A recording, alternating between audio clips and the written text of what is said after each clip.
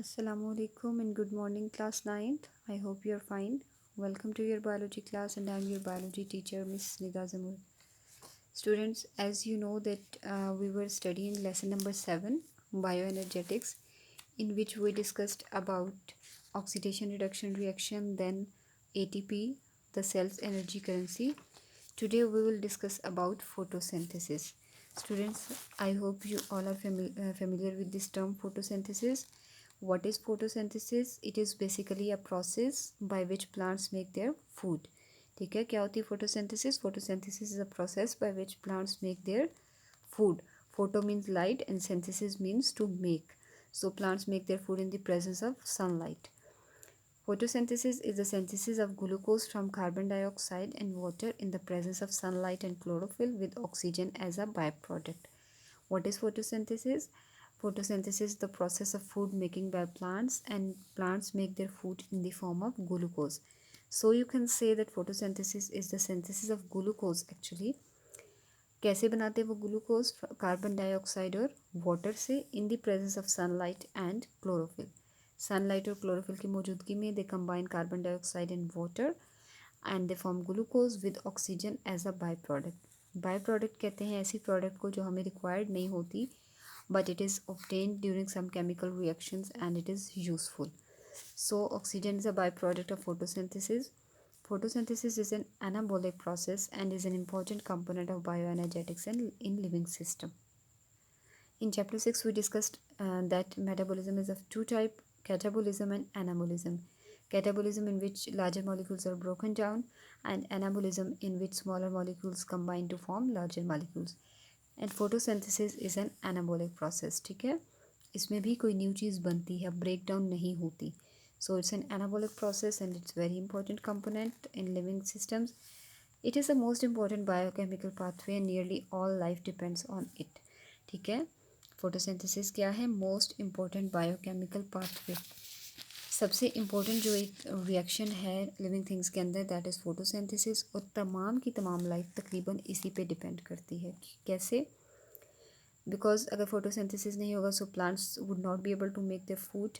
If they are not able to make their food they will not be able to survive. और अगर plants नहीं होंगे तो animals भी नहीं होंगे, ह्यूमन बींग्स भी नहीं होंगे. क्यों? क्योंकि तमाम जो लाइफ है वो प्लांट्स पे डिपेंड करती है फूड के लिए. ठीक है, एनिमल्स होते हैं दे ईट प्लांट्स, और बाकी के जो कुछ दूसरे एनिमल्स हैं या ह्यूमन बीइंग्स हैं वो प्लांट्स से डायरेक्टली या इनडायरेक्टली अपना फूड लेते हैं या दूसरे एनिमल्स से फूड लेते हैं जो कि प्लांट्स पे डिपेंड करते हैं. So you can say that life depends on photosynthesis. अगर फोटोसिंथेसिस नहीं होगी, प्लांट्स नहीं होंगे, और प्लांट्स नहीं होंगे तो कोई लाइफ नहीं होगी. It comprises many coordinated biochemical reactions that occur in plants, some protists and some bacteria. Photosynthesis mostly तमाम प्लांट्स में होती है, कुछ प्रोटिस्ट जैसे एल्गी और कुछ बैक्टीरिया में भी होती है. जनरल इक्वेशन क्या फोटोसिंथेसिस की? CO2 plus H2O plus light energy. ठीक है, carbon dioxide, water, light energy and ये क्लोरोफिल की मौजूदगी में रिएक्शन होता है. And the products are glucose, C6H12O6, oxygen and water. So intake of water and carbon dioxide. So how does plants intake water and carbon dioxide? Water and carbon dioxide basically are the raw materials of photosynthesis. ठीक है, raw material means कि इन्हीं की मदद से plants अपना food बनाते हैं. Plants have mechanism for the intake and transport of these raw materials. अब ये रॉ मटेरियल्स कहाँ से आते हैं? As you know that water comes from soil and carbon dioxide comes from air. So plants have specific mechanisms for the intake and transport of these raw materials. उनके अंदर mechanisms होते हैं कि किस तरह से वो intake करते हैं और फिर transport करते हैं इन raw materials को. Water present in soil is absorbed by roots and root hair through osmosis.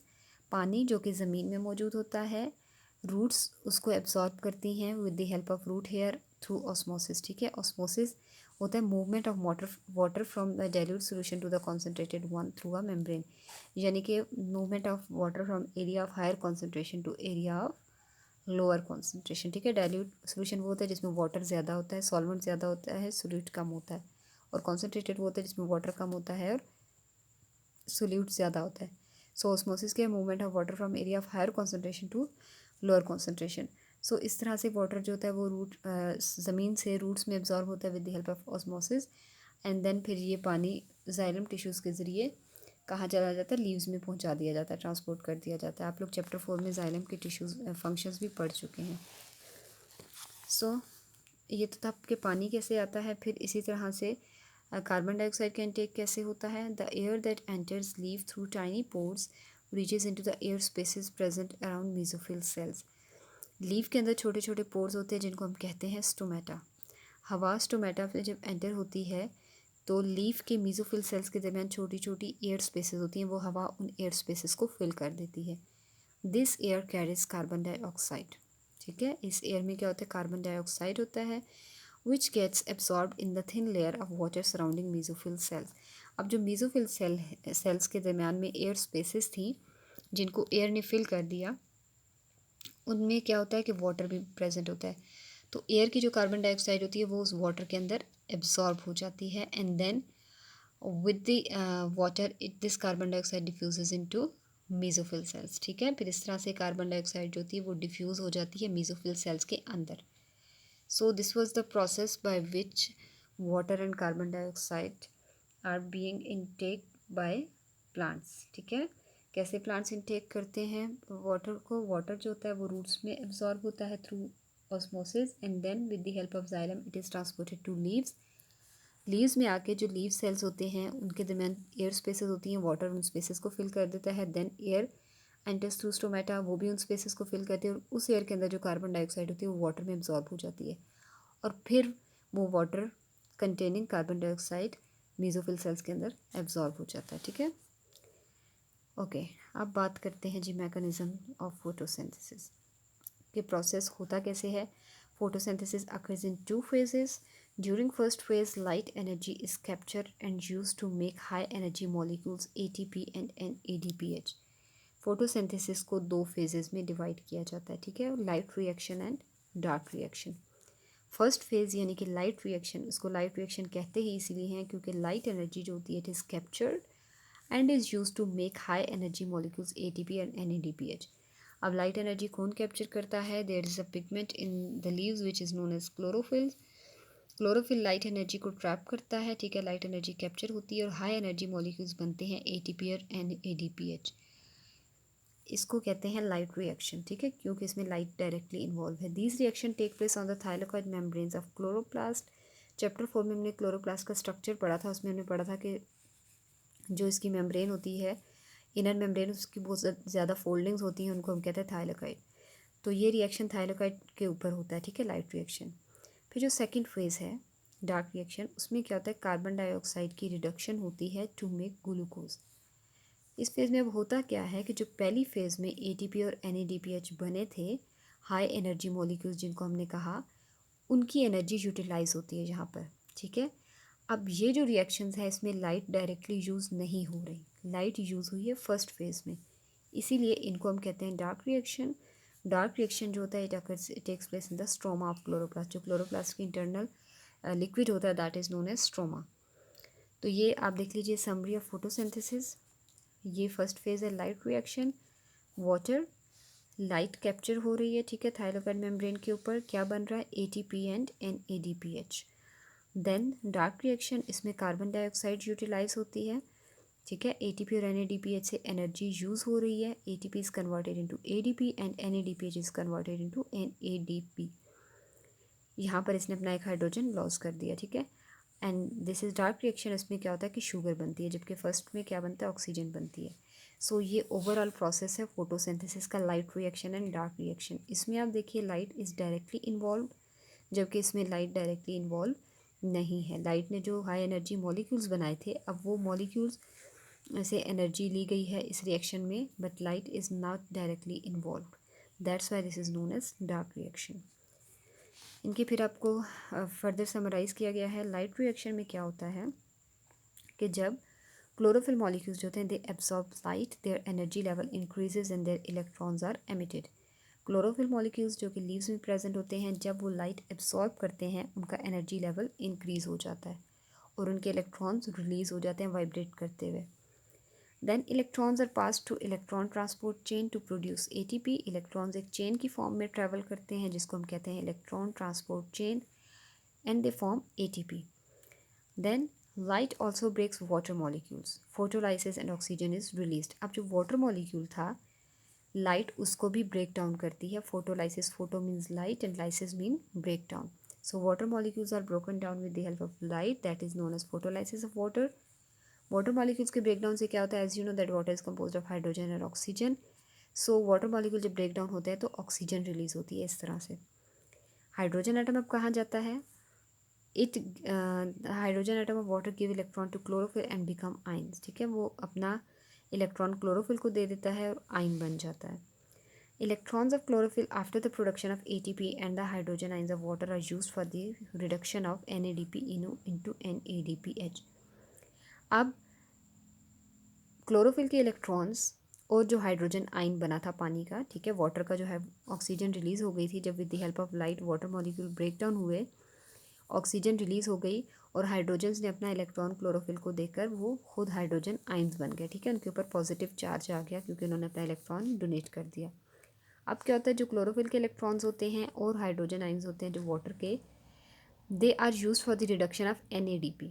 ठीक है, NADP की वो रिडक्शन करते हैं, यानी कि एक हाइड्रोजन उसमें ऐड करते हैं and it is reduced into NADPH। तो ये क्या था, लाइट रिएक्शन के स्टेप्स हैं। क्या क्या होता है लाइट रिएक्शन में? क्लोरोफिल मॉलिक्यूल्स लाइट एब्जॉर्ब करके अपने इलेक्ट्रॉन्स एमिट कर देते हैं। इलेक्ट्रॉन्स जो होते हैं they pass through an electron transport chain to produce ATP। और इसी तरह से at the same time water molecule break down होता है, ऑक्सीजन रिलीज होती है एंड देन क्लोरोफिल का इलेक्ट्रॉन और वाटर का जो हाइड्रोजन आइन होता है वाटर का, they reduce NADP into NADPH। ये इसकी पिक्चर है लाइट रिएक्शन ऑफ फोटोसिंथेसिस। ये देखिए यहाँ से शुरू हो रहा है। ठीक है, ये क्लोरोफिल है, ये लाइट एंटर हुई, क्लोरोफिल ने लाइट एब्जॉर्ब की, इलेक्ट्रॉन्स एमिट हुए, ये देखिए, और ये क्या है, इलेक्ट्रॉन ट्रांसपोर्ट चेन से गुजरते हुए ये इस तरह से पहुँचे एंड देन वाटर का भी वाटर मॉलिक्यूल ब्रेक डाउन हुए। और यहाँ पर देखिए कि क्लोरोफिल के जो लाइक आप कह लें इलेक्ट्रॉन्स थे, दे फॉर्म NADPH। ठीक है, कैसे? ये इलेक्ट्रॉन्स ट्रैवल करते हुए आए, यहाँ से वाटर ने अपना हाइड्रोजन आइन दिया और इन्होंने NADP को रिड्यूस किया NADPH में, ये H इसमें ऐड हो गया यहाँ पर। ठीक है, इसको Z स्कीम भी कहा जाता है क्योंकि इसका जो चार्ट बनता है वो Z शेप बनता है। ठीक है, यहाँ पर आप देख सकते हैं लाइट एंटर हो रही है एक तो यहाँ पर, और सेकेंडली यहाँ पर देखिए वाटर जो होता है वो ब्रेक डाउन हो रहा है। ठीक है, वाटर मॉलिक्यूल। तो ये तो था फर्स्ट स्टेप। ठीक है, अभी ग्लूकोज नहीं बना, अभी फोटोसिंथेसिस कंप्लीट नहीं हुई, अभी सिर्फ बना है जी एनर्जी बनी, ATP बना है और NADPH बना। ठीक है, फर्स्ट फेज़ में लाइट रिएक्शन में लाइट कैप्चर होती है और हाई एनर्जी मॉलिक्यूल्स बनते हैं ATP एंड NADPH। ठीक है, इलेक्ट्रॉन ट्रांसपोर्ट चेन की मदद से ATP जनरेट हुए। अब सेकेंड फेज़ में लाइट डायरेक्टली इन्वॉल्व नहीं है, that's why second phase is known as dark reaction. और अब इसमें जो एनर्जी है NADPH और ATP की एनर्जी वो इसमें यूज़ होगी to for the production of glucose. Dark reaction is also known as Calvin cycle, क्योंकि इसकी जो डिटेल्स थी वो डिस्कवर की थी जिस साइंटिस्ट ने, his name was Melvin Calvin. ठीक है, समरी डार्क रिएक्शन की इसमें अब क्या होता है, first of all carbon dioxide molecules are combined with 5 carbon compounds to form temporary 6 carbon compounds। क्या होता है, कार्बन डाइऑक्साइड मॉलिक्यूल्स कंबाइन होते हैं किसके साथ, 5 कार्बन कंपाउंड्स के साथ।